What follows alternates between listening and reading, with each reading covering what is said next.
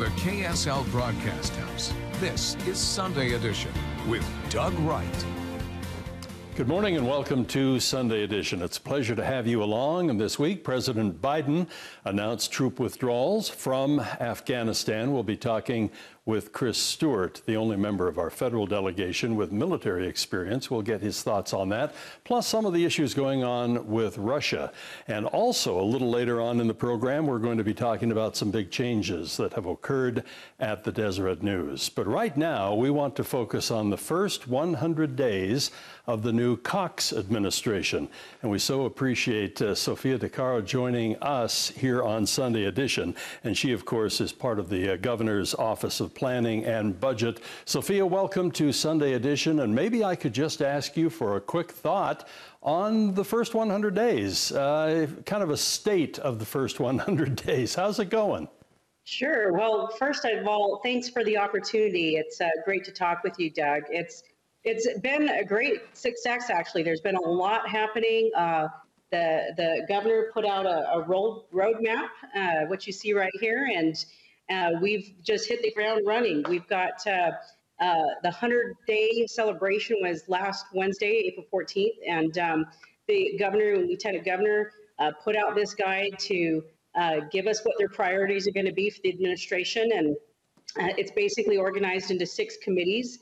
6 priority areas, and each of those priorities experienced great outcomes in the first 100 days. So in economic advancement, there was success in getting Social Security tax repealed for low-income earners with HB 86.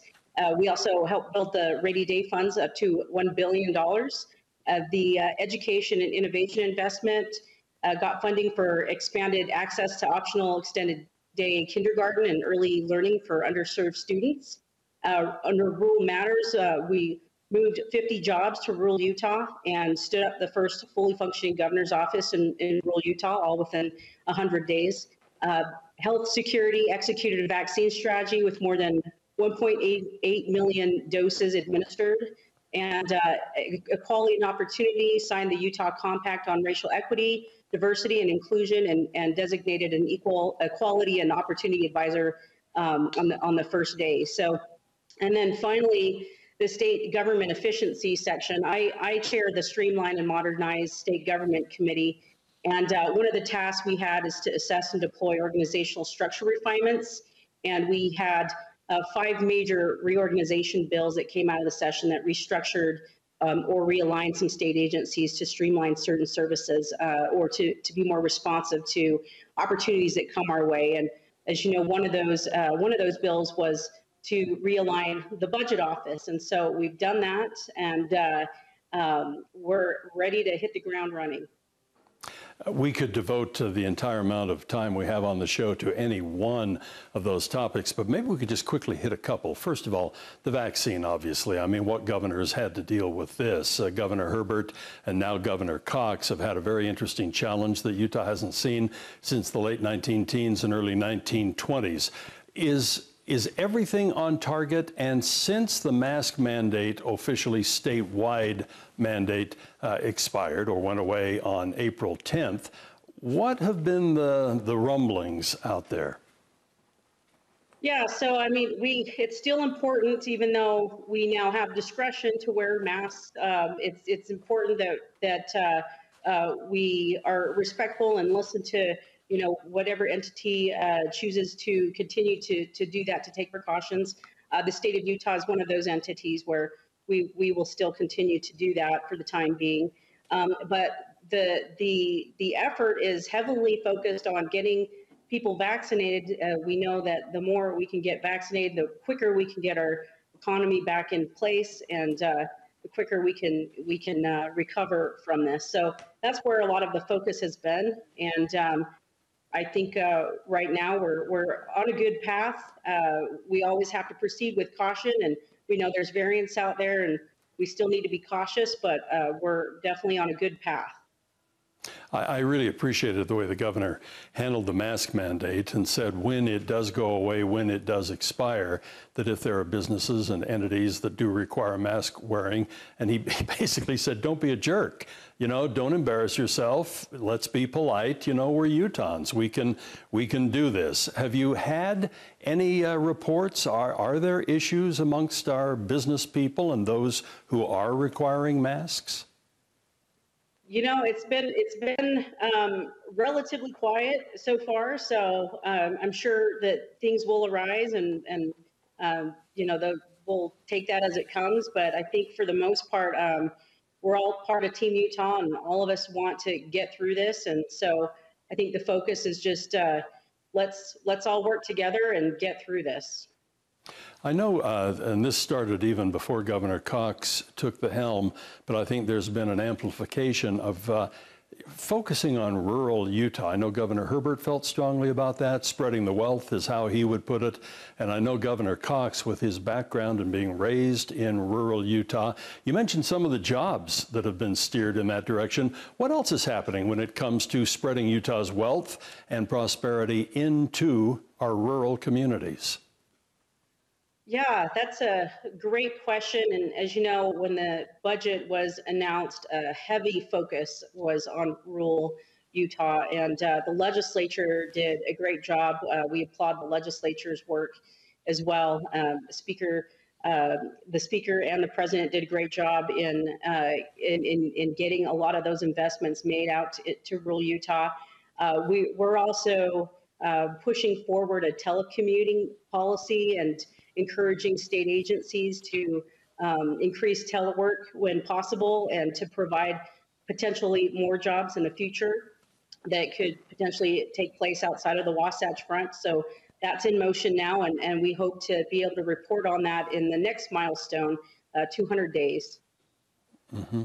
The reorganization of some government agencies, the streamlining of our government, and making it work for the, now we're 2 decades into the 21st century. I only have a moment or two here, but I would like you to address that. How much more are we going to see in changing, streamlining, and making more efficient Utah state government? Yes, so we have issued out an exercise for all state agencies to reevaluate if there's any opportunity to look at organizations and re-examine things to see if there's opportunity to make changes in the future. So it's possible that we'll see more. We know, for instance, the budget office alone, it was important for the governor to reintroduce planning as a focus of the office. And so we've made that change. We'll continue to do areas that focus on making government more efficient, but we'll also elevate planning as well and integrate that more closely into the budget. So we've asked all agencies to look for opportunities to reevaluate what they're doing and how we can streamline, make things more efficient, ways we can maybe introduce technology into the way we deliver services. So there'll be more to come on that. Sophia DeCaro, thank you so much for joining us this morning on Sunday Edition for that update on the first 100 days of the Cox administration. Now, coming up next on Sunday Edition, we're going to talk with Congressman Chris Stewart about troop withdrawals from Afghanistan. That's coming up next. Stay with us. President Biden has announced his plan for the withdrawal of troops from Afghanistan. This war now that we've had almost 20 years, the number of Americans, and the last I heard the number was around 2,300 Americans have died, including several, unfortunately, sadly, from the great state of Utah. We talked with the only member in our federal delegation who actually has military experience. That was in the Air Force, Congressman Chris Stewart. And I wanted to share the conversation we held with him a little earlier today. Congressman, let's talk a little bit about withdrawing troops from Afghanistan. Many of us recall your feelings when President Trump was the president of the United States, and now that this troop withdrawal is being called for by President Biden, are the circumstances the same? Do you feel the same way? Yeah, I do. And Doug, I want to be clear as well. I clearly supported the original invasion in Afghanistan. I've supported our troops being there for many, many years. But probably about 4 or 5 years ago, as we continue to monitor the situation there, as we looked at and had updates on this on a regular basis here in Congress, especially on the Intelligence Committee, I just came to the conclusion that we no longer can accomplish good there, that we've done everything we can for the Afghan people, and it was time to bring our troops home. I encouraged President Trump to do that. I supported his decision, and I support President Biden's decision for the same reasons. What will be left behind? I would imagine, we just don't pull out every single thing. What exactly will happen during this withdrawal? Well, obviously we have an embassy there, so we need to have troops that can protect the embassy. And force protection is an important part of this. And it's actually a fairly substantial number of troops in order to do that because it is such a dangerous location. You also have an intelligence presence there. We need to continue to collect intelligence. Some of that can be done electronically through satellites, other means, but some of it has to be done on the ground. Now, we're talking about a very few number of people to do that, but again, people to protect them. And there are a few other special things that we can do there, and we'll probably have to have a few troops, but we can substantially reduce that number. And Doug, one of the points that I'd like to make, and I think you maybe would have brought it up, but in case you weren't going to, I'm not abandoning the Afghan people. We want to continue to support them. We think we can continue to support them, but the only way to support them isn't through having thousands of troops on the ground. There are other things that we can do for them, which I just believe is more appropriate now. I'm glad you brought that up because that was a concern. There's always that fine line when a country like the United States has invested so much time and energy, treasure, blood in a situation like this. You'd like to think that when you pull out, that hopefully the pillars are in place, the foundation is in place. How fragile is Afghanistan? It's extraordinarily fragile, and we've seen that. I mean, we went in there, we had initial success, we had remarkable success in a relatively short amount of time. We introduced a democratic government, democratic reforms, but we did that with hundreds of thousands of soldiers. And then we drew down, as you know, and much of that crumbled, and we had to go back and go through the surge and reaffirm those things. But once again, when we draw our soldiers down, much of that is very tenuous, it's very fragile. But at some point, you have to say to the Afghan people, we've done all we can for you. It's really up to you now. It's really up to the Afghan leadership. And the presence we have there isn't even stable. It's deteriorating. Every year, the Taliban has more and more control. Every year, the government is less effective. And again, at some point, you have to say, look, what we're doing there isn't any longer doing any good. Let's turn this over to Afghan people. Let them defend and protect themselves. Let's use the other tools we have in order to assist them. What is the time frame? What can we anticipate? When will, for the sake of the argument, the troops basically be removed? Yeah, well, and once again, as we've discussed, we'll always have some minimal presence there. But the time frame is, as you know, I think probably the president has suggested by the anniversary of 9/11. So I think that's a deadline that he's established. President Trump had established a deadline of May 1st. It's only a few months different. Either one of them is workable, obviously. And that gives, I think, a little more time, although I think when we leave, whether we left on May 1st or in September, the situation there would be much the same regardless of those dates. Maybe we could talk about another troubling situation between ourselves and another country. At this point, no troops involved in this, but Russia and the United States. President Biden has taken steps, has expelled certain individuals. The tensions escalated a little bit. Now there is kind of a tit-for-tat process going on where Putin is expelling some of our people. Perhaps you could bring us up to date and give us your thoughts on what is unfolding.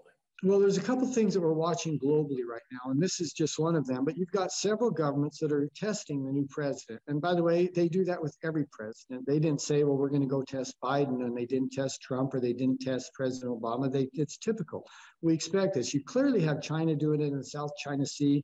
Their aggression and some of the stands they've taken towards Taiwan, that's one example. Kim Jong-un has done some of the same thing. But to your point, Vladimir Putin has certainly done that and is doing that now. He's amassed a meaningful number of troops, including heavy artillery and tanks on the border of Ukraine. He's made threats towards them. Ukraine is being cowed by this. I mean, they're scared to respond in any way, even to indicate they will defend themselves. And much of that is towards Ukraine, but some of it is clearly towards our own government. What will we do? The president has taken this first step to tell President Putin, look, we're not going to just stand by. We will try to hold you accountable. And that's what we're seeing now. And again, I think that's the first steps of that, is this tit for tat that you described, where we expel some diplomats and then they do the same. It's just the first engagement, and us saying this is not good. It's not good for regional security. It's not good for Vladimir Putin or Russia's standing in the world. For Vladimir Putin to basically say, hey, keep your noses out of this and hands off, my words, not necessarily his, but that certainly is the message we're getting from Vladimir Putin. Are we responding properly to that? Well, I think we have so far. And look, we don't want to fight with Russia. We're not out picking fights around the world. We're trying to defend stability. We're trying to defend, democracy in various places, and Ukraine being one of them. Ukraine would dearly love to be admitted into NATO. It's probably premature for that.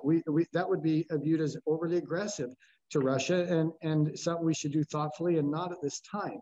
So it's a very fine line that we have to walk, but we do have to respond in some way. And we're early in the stages of that.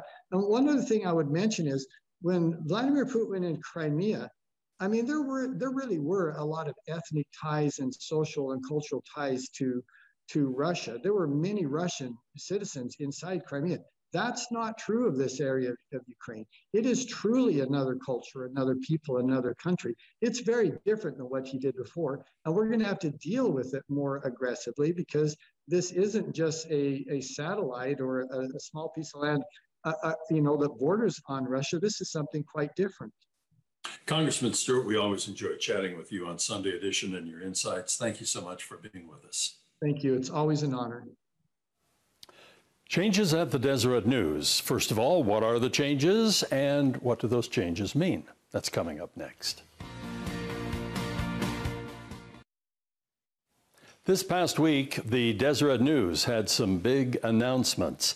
And for the first time in the history of the Deseret News, which goes all the way back to 1850, there is a woman president and publisher of the Deseret News, and we're delighted to have Robin Rich joining us this morning here on Sunday Edition. Robin, welcome, and thank you for taking the time. Thanks for having me.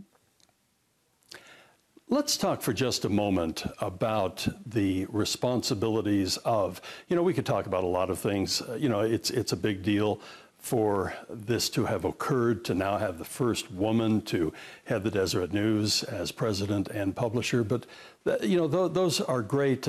But I'm hearing more and more women who are saying, I hope the day is coming fairly quickly where that isn't the first thing that people mention, and they really talk about some of the things that are afoot. And that's what I'd like to do here. You were introduced by the head of the Deseret Management Corporation, Keith McMullen, as a transformational leader.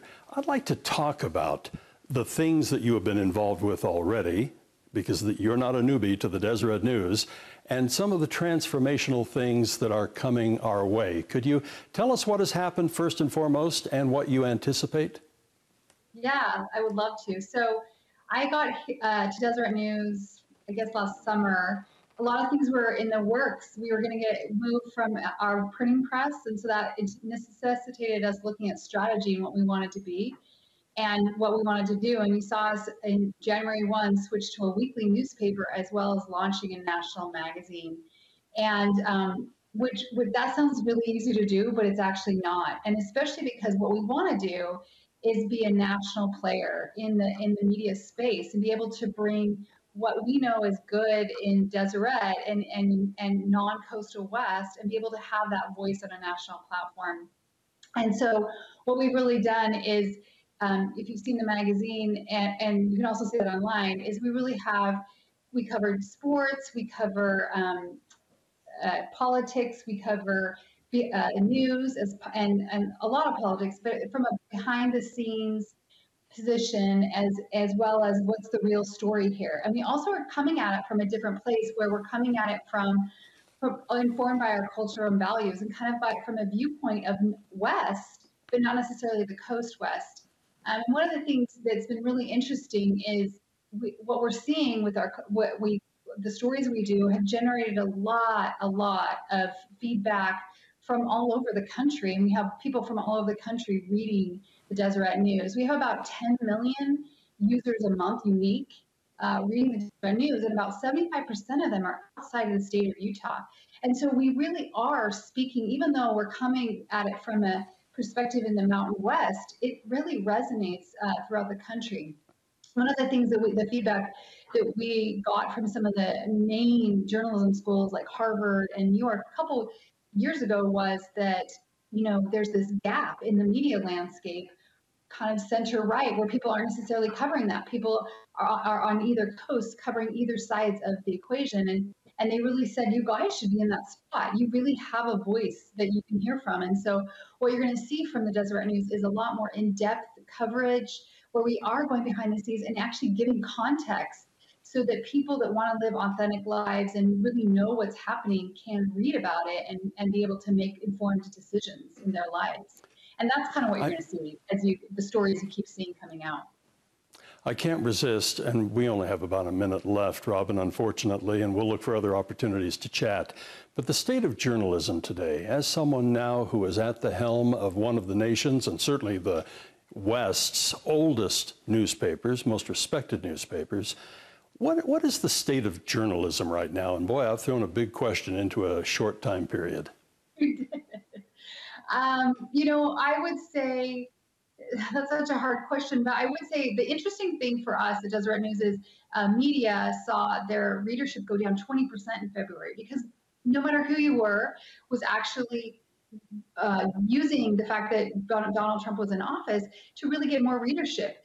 And we actually didn't see a decrease. We saw an increase because we were covering all kinds of stories that people cared about and wanted to know how to live their lives better with the stories we were covering. And so I think as you keep thinking about your audience and how people actually just want information to be able to live their lives, I think journalism will continue as if we think about the audience first. I look forward to great things. I look forward to many wonderful conversations with you, and we thank you for your time on this Sunday morning. And that's Robin Rich, who is the now president and publisher of the Deseret News. And unfortunately, we're out of time on Sunday Edition. We thank you for joining us this morning.